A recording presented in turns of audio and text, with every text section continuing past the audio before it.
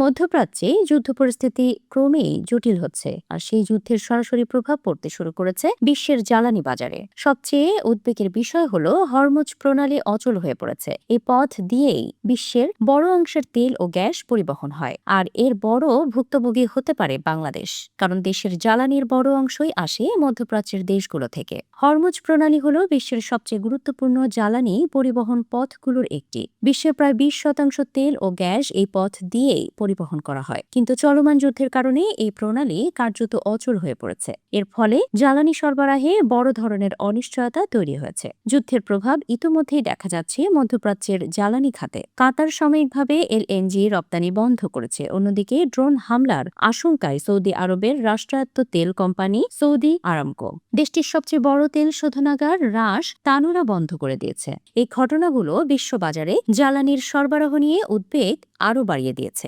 বাংলাদেশের জ্বালানি আমদানির বড় অংশই মধ্যপ্রাচ্য থেকেই আসে। বিশেষ করে অপরিশোধিত তেলের প্রায় পুরোটা আসে সৌদি আরব ও আরব আমিরাত থেকে, আর এলএনজির বড় অংশ আসে কাতার সহ মধ্যপ্রাচ্যের দেশগুলো থেকে। ফলে যুদ্ধ দীর্ঘ হলে বাংলাদেশের জ্বালানি সংকট দেখা দিতে পারে। পেট্রো বাংলার চেয়ারম্যান জানিয়েছেন, বাংলাদেশে আসার কথা থাকা 6টি এলএনজি কার্গোর মধ্যে 4টি ইতোমধ্যেই হরমুজ প্রণালী পার হয়ে এসেছে, কিন্তু 2টি কার্গো নিয়ে অনিশ্চয়তা তৈরি হয়েছে। যদি এই জাহাজগুলো সময়মতো না আসে, তাহলে জ্বালানি সরবরাহে চাপ তৈরি হতে পারে। তবে মার্চের মাঝামাঝি পর্যন্ত সরবরাহ স্বাভাবিক থাকার আশা করা হচ্ছে। এই পরিস্থিতি মোকাবেলায় সরকার বিকল্প জ্বালানি উৎস খুঁজতে শুরু করেছে।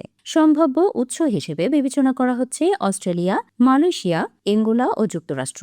এছাড়া এলপিজির জন্য আফ্রিকার কয়েকটি দেশের সঙ্গে যোগাযোগ করা হচ্ছে। প্রয়োজনে স্পট মার্কেট থেকেও এলএনজি কেনার প্রস্তুতি রয়েছে।